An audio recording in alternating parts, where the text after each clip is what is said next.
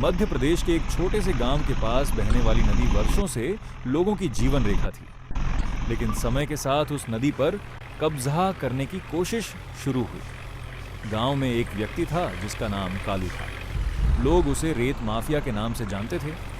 कालू ने अवैध तरीके से रात के अंधेरे में नदी से रेत निकालने का धंधा शुरू कर दिया। उसके ट्रैक्टर और डंपर हर रात नदी में उतरते और बिना अनुमति रेत भरकर ले जाते। धीरे धीरे नदी की गहराई बढ़ने लगी, किनारे टूटने लगे और किसानों की जमीन को नुकसान हुआ।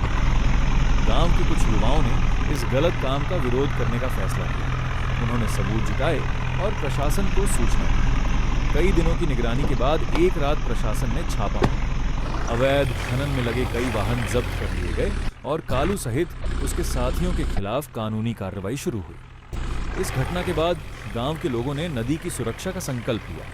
धीरे धीरे अवैध खनन बंद हुआ और नदी को फिर से सुरक्षित रखने के प्रयास शुरू हुए। संदेश: अवैध रेत खनन पर्यावरण, किसानों और समाज तीनों के लिए नुकसानदायक है।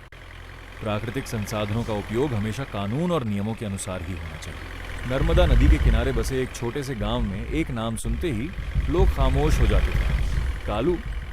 दिन में वह एक साधारण आदमी दिखता था, लेकिन रात होते ही दर्जनों ट्रैक्टर और डंपर नदी की ओर निकल पड़ते। लोग कहते थे, जहां कालू का राज है वहां बिना उसकी इजाजत एक मुट्ठी रेत भी नहीं निकल सकती।